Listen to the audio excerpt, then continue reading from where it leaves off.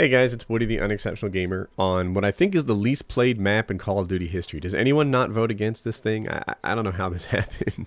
But surprise, surprise, this video is not about the gameplay. This commentary is not about the gameplay.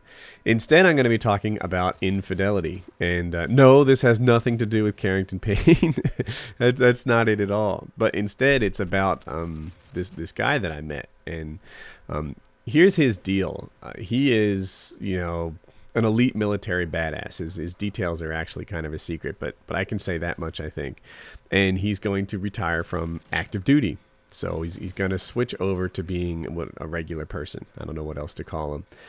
And I was talking to him, and I was like, man, how are you going to cope with regular life? Like, how does that transition go? And, he was telling me, and then I started talking about some of the upsides of regular life. Like, it's a little easier to have a family. And I don't mean to come across as negative on military-wise. Even before I started this, I was worried that I'd be misinterpreted. But, the cliche is that, it's very hard to be faithful when you're a military wife. That's the deal. And it's not because of the women, it's because of the situations, Like, there's also a cliche about traveling salesmen. You take these two people and you make them, not with each other enough, and they tend to grow apart, both... the physical relationship of it, can't be maintained from a distance, obviously, and which is the cornerstone of intimacy. And then, of course, the emotional, intimacy they have, that also, takes a hit when people aren't spending time together. So, yeah, if you're going on active duty deployments all the time, if you're a traveling salesman, if this is the life that you have, then marriage is harder for you than it is for like a regular computer programmer or something like that. So anyway, back to this guy. I was talking to him about some of the joys of civilian life, just sort of going back and forth about the differences between the,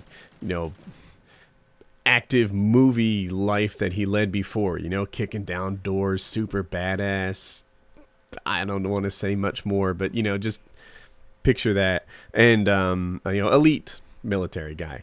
So, and, the next life, or my life, if you call it that, which would be regular Joe, type thing. Like, how's he going to do that transition? So I talked about family and such. And he was like, yeah, family, that's, that's over right now. He doesn't really have that going on. And he says, yeah, that's just the deal in the military. Now, this is him speaking. He says that, he's like, the good one. He's like, no women can take it, or very, very few women can handle the military lifestyle. It's just difficult on them.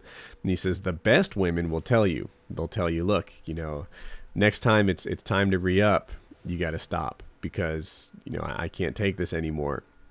And he's like, but, the worst of women, they'll just start blowing guys around town.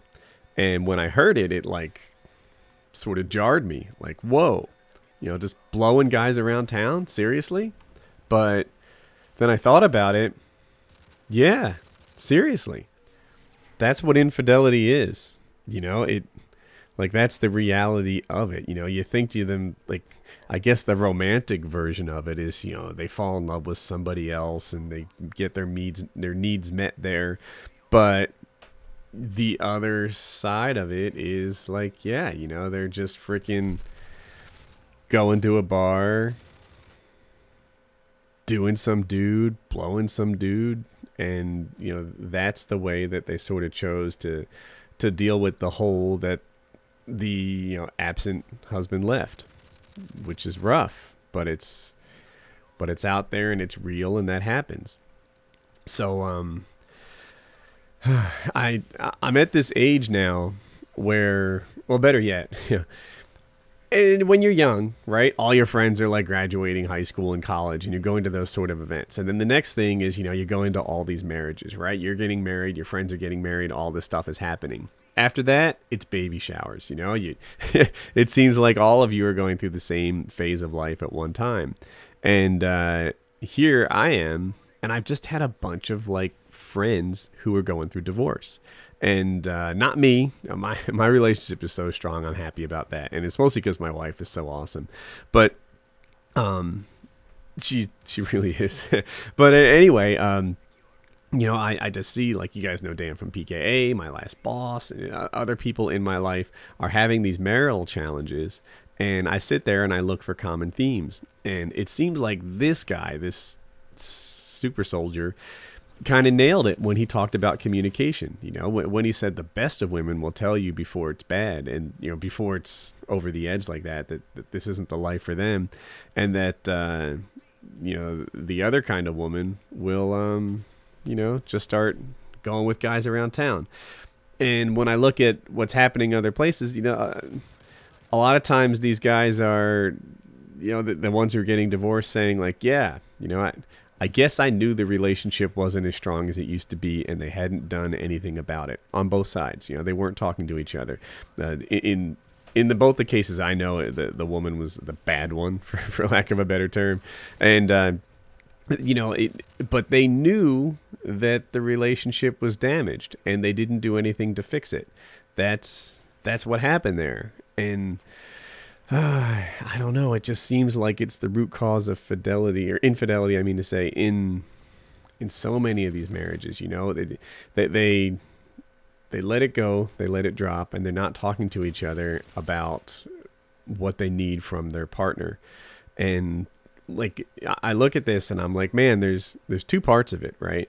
One is talking, keeping those lines of communication open, and working on the marriage, right? Because there's gonna be times, even in a great marriage, where like even the great marriages, there's no perfect marriage, right? There is no like 50 years and never had a disagreement. Look at your relationship with your friends right now. Have you ever had an argument with them? Have you ever been mad? Yeah, that's going to happen, I think, in every relationship.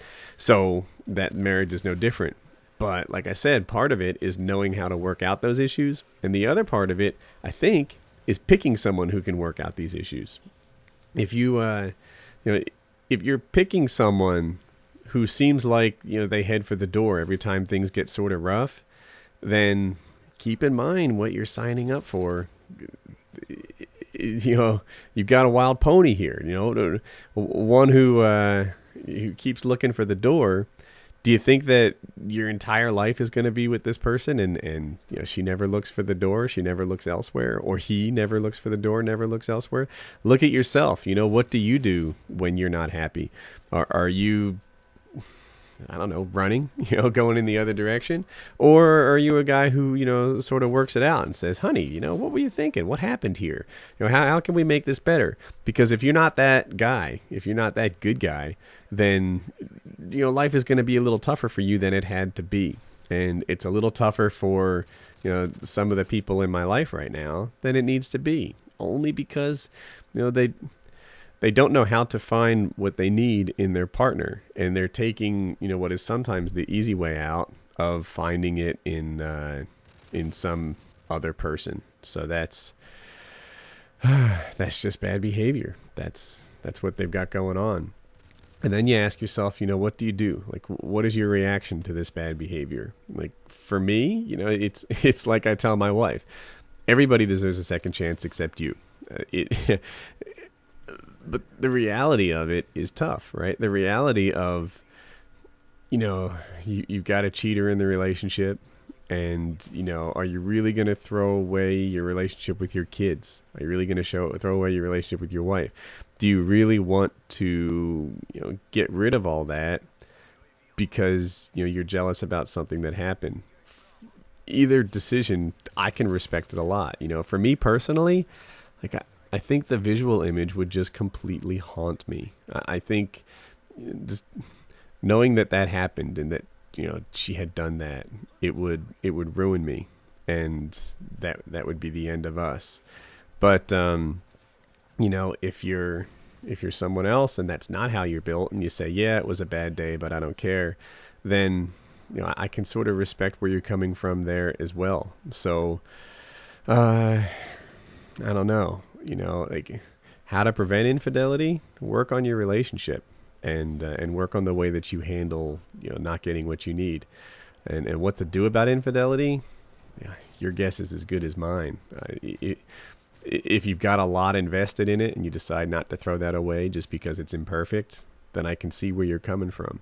if you decide to throw it away because you can't live with it, I can see where you're coming from too. So I hope you enjoyed the video. Okay, so if you like the video, be sure to give it a like, but I've got two good ones to tell you about. The top one is having kids, the inside scoop, and I talk about like what it's like to have kids, what my experience was like in a way that, like with an honesty that I doubt you hear from most people. So yeah, I don't know, I'm kind of proud of that video. I think that you'll like it too. And the bottom one is microwaving CO2 cartridges. It's from my Microwave Insanity series. It's always a lot of fun, so you can check that out. These open in separate windows. You can watch them both if you want. If you're new around here, you can subscribe in the top right, surprise video on the side, and have a good day.